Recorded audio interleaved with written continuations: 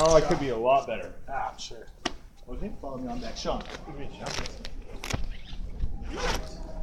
Anything to do with the weather or something totally unrelated? Oh, it's everything.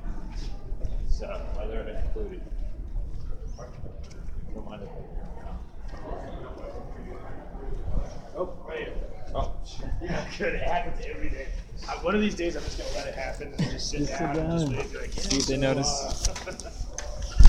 All right. So what brings you in today, Will? all right. This is not the first time I've done this, so Gotcha. it's now just to be honest, it's a sting. So here's what's up. You guys, and by you, I'm generalizing. Yes. Very much so. Okay. And by you, I mean like Americans, rich, white, Anglo-Saxon, Protestants, so forth and so on. Okay. I have a big problem with it right now, and it's a defamation we have back and forth between each other. Okay. So my brother and I, we are politically silenced, whistleblowers, dissidents. We've caught too much fraud to count now. Every time we catch more fraud, we keep reporting it, and we keep reporting that because there are also fraud too, the internal affairs and so forth. Now, we've been getting through to some actual normal people on the other side of the world that are correct with regards to what we're reporting. It's really easy stuff like we've caught security guards thinking there's a police officer. That's like totally off the wall. That's just kind of one of the things. But basically, my brother and I came from a Mormon household. My father was really ill, child abused, kleptomaniac, misdiagnosed, basically thrown into the adult system, 18 and a half. Timothy Masters is a judge. She got wrongfully convicted over. Gotcha. She wrongfully convicted me. When she became a judge, I've been basically I pled guilty to crimes I didn't even do. The burden of proof was shifted to me. I'm a little 18-year-old kid. I told everything to public defenders. Yeah, you're intimidated. Exactly. I basically reported 3 crimes that people had done to me, and I ended up taking the fall for the crimes that you reported. Yeah, so I've basically been spending the last decade putting this shit back together. But it doesn't matter now because that's all. It has no one's going to touch it. Statute of limitations, but it's actually there's no statute of limitations. Judicial misconduct. So that's always the case. But what really is where it gets bad is that we've been trying to whistleblow those crimes that represents income just for our parents, from our parents or family episodes. Went downhill and really got misdiagnosed with bipolar. Ended up getting what's common fraud, hurting on the job. I'm bouncing around between crappy places to live as excluding felons. It was a theft, just small felonies from 12 years ago. I'm not a criminal now. So these are facts. No, it's all helpful to get background. Exactly. Information. No, absolutely. Will help whatever we're doing. So from here, we basically were we know enough about law, and we're also not of that yuppie variety that we're going to case laws that we know aren't really laws, like 300 live. If you can live in a secret house for a year and nobody finds out, then it's not really law. At least a blanket policy. As opposed to like assault, or something you call it. There's always a victim and stuff like that. So we were trying to save on rent. We ended up breaking this rule for over a year. But then our living landlords couldn't pay rent. They decided to try and kick us out. We exercised our eviction rights. That's when they called the police to get the 3-related rule and going the fines. They come in, only find 2 of us, my brother and I, in a 5-unit house. So obviously they were able to break the rule, and so we caught them and we basically exercised our eviction rights, let them find the oblivion out of us so that we can use it as a court to show that it's frivolous.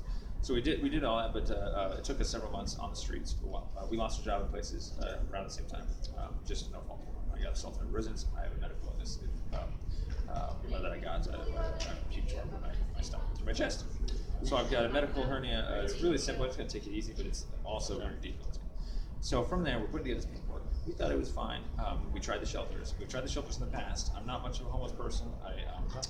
They don't offer enough sleep. There's also people that harass you there. There's bed bugs. There's different religions. There's just a bunch. So we didn't go into basically sleep on the streets, just living out. So, but we're on the streets now, and we're just putting together paperwork. But then we find out that cops are, homelessly discriminating against people all the time. Tickets. We find out that there's not any actual real elements being involved. They basically lose their shit around a homeless guy. And if you're near a park, you're in a park. If you're building a tent, it's constructing a structure, even though it's not. We keep fighting it, so we're not in the because park. I don't know the specifics of everything, but it's easy victims because they don't have the capacity to defend themselves. And there's just so many of them. And we also find that we also find that there's like sweep spots where they've been ticketing these people illegally for years. They don't exercise their rights. They don't know that They even get public defenders who tell them to plead out, so they don't even have rights. So that started we call it sweeps. So we're the first people that went into those areas. We exercised our rights from previously. It turns out, we have all on audio tapes who every single thing we started recording. So we got these cops saying, "Oh yeah, we've taken people here for years." So basically, they just keep writing us tickets, and eventually we got ran out of town. Denver, there's 7 more jurisdictions. We pick up a whole bunch more tickets for panhandling tickets. I'm not paying her, believe me. The first thing I ever paid for was a notary.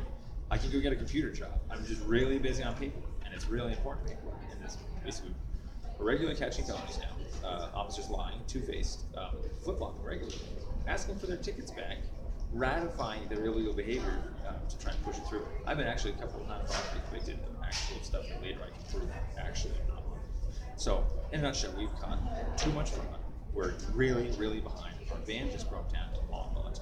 We need literally like $100 to $1,000 to get over this hump. We're about 4 months out of our 2-year statute of limitations, so it's running out quick, and we have 2 more trials coming up. I have a couple of stings, ones that I already had dropped, ones that are coming up that haven't been dropped. Sting being trumped up fake charges now, that they don't know elements and so forth, and so it's like a surprise.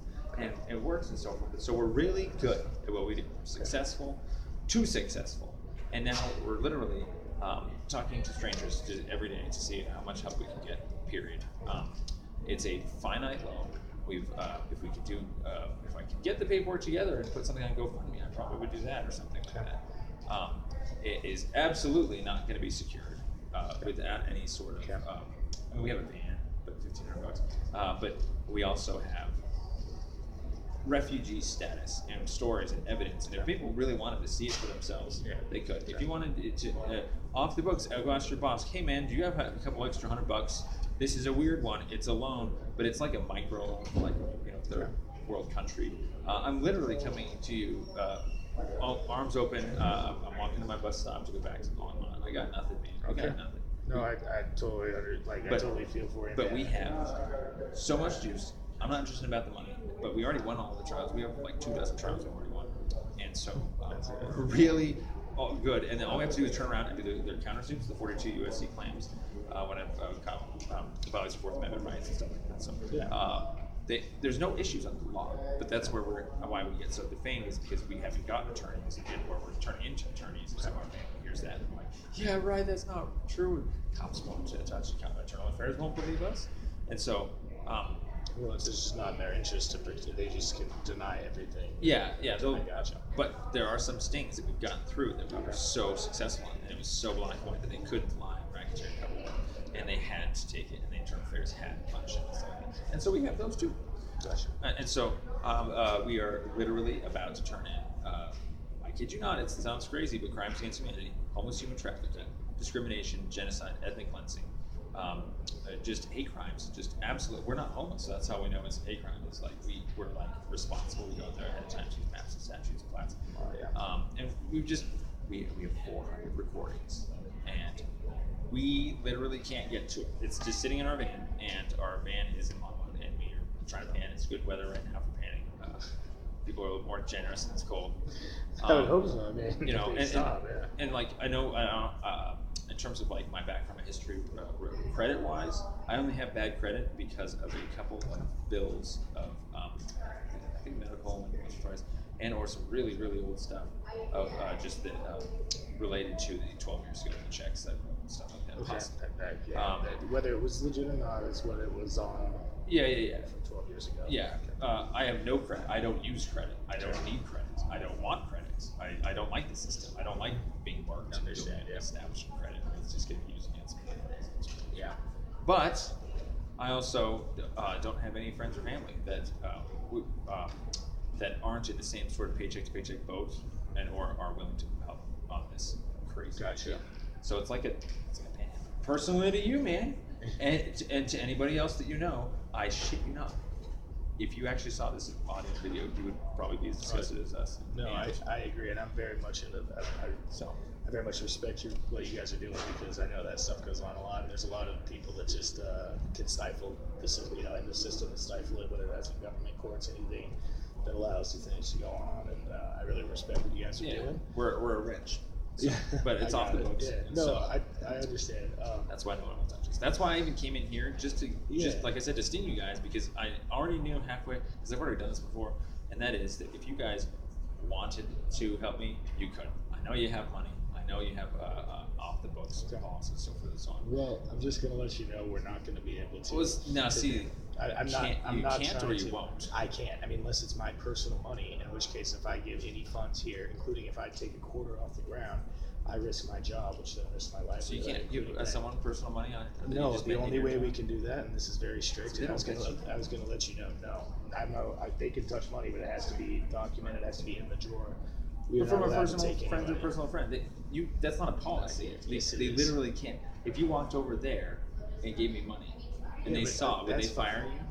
No, but it would be my personal money, and I just don't feel comfortable doing that. Exactly. That's where we're at too. Is that if I can't get through to you personally, that's my problem. Is that I can't get through to anybody personally. I have actual crimes. Like we have like regularly felonies. We can show you. If you don't. I understand. That's fine. That doesn't involve me, and I'm telling you that I don't know you, and I'm trusting a lot of what you're saying here. I really do believe you, and I promise. You don't need to trust me. We have literal evidence that no one wants to see. That does nothing for me. I'm just saying about trusting you in terms of paying me back. I don't want to. I don't know what you have. I don't care if you have it. I'm just not going. Sorry. Okay, let's just talk about this. Repayment-wise, that's always assuming that it's a long way. This is just. I'm asking for money, and I'm telling you that I would be willing to pay you back someday. I don't know when. I know, and I'm sorry. I'm just not going to be able to do that. So you don't have any actual capacity to think for yourself or anything like that, like go outside your own box or anything like that. The place owns me. So you don't. So basically, you say that your hands are tied, but that. Yeah, but they're really right here. So. Yeah. So the whole point is that like I said, it was a sting in the sense that when I go to the UN, when I go to other institutions outside of this country, and I explain to them that I tried to whistleblow to literally every institution ever, every person. I literally just told you I have evidence, and that you're saying you can't or won't look at it. You think you need to trust me or that you have to. When I just don't want to give you money personally. I'm sorry, sir. And see, that's the whole point. Is that I literally. The whole point here is I'm being kidnapped by my family and the cops for my political dissidences. And if that doesn't get you pissed that you're one paycheck away from having that happen to you, that's why we're having this conversation. So I could just add you guys to my same complaint. So I could show that I had good faith. Okay. So I mean, if you guys, the whole point is that you'll never get away with saying to the rest of the world, look, we couldn't. Yeah. When it was really more of a we won't or we don't want to. If I go to trial, I'll happily explain what happened and exactly what we're doing. What do you mean trial? Well, I don't understand what you're trying to threaten me with here. Like just my own conscience? No. It's called a racket. It's okay, so it's like a mafia and it's like thuggery. It's basically when you have the same mentality as every single person as to why we can't get help, and it's for no good reason other than we can't versus we won't. You see, we can't. If I wanted to, I could walk outside and give you the paycheck that I have that's in my account. That's the only thing and I'm not going to do that. I mean, exactly. Why wouldn't you want to do that? Because I don't care. Thank you. You're welcome. You do realize that we're reporting your police that are stealing your taxpayer dollars, and you're not pissed about that. And you I'm happy about it. You literally just paid for cops to kidnap us, and you're happy about that? Well, you're not kidnapped. You're here. We've been 2 years of our life wasted with over 30 trials where we have to be brought into court over your guys' policies that are never real. You don't use maps and statutes. You support your cops. I have to ask you. See, exactly. Yeah, exactly. That's exactly my point, is that you don't actually have a brain. Do you know what you are? You're a crony. You are soulless. Yeah, you're right. You are a coward. Look at that. You do realize that you're going right up on YouTube. Okay. Recording it. Yeah, exactly. That attitude right there. Do you know what that is? Do you know what that's called? Being a person who's professional. It's called discrimination. Yes. Right. Like you said, you can't. Your hands are tied. You won't. Oh, man. Good job, dude. I just reported several felonies to you, and you're like, oh, yes, I can because I'm a yuppie. You do realize that you are actually a crony. Look at you smile, man. Sir, you need to leave. You guys do realize that you literally, actually have legitimate psychological problems up there. I literally just whistle blew to a bank. You guys have so much freaking money, and I have 50 cops to turn in, and you bat an eye. That's why I taped the whole thing, so I could put it straight up on YouTube with my other 400 recordings! See, there you go! Soulless bankers!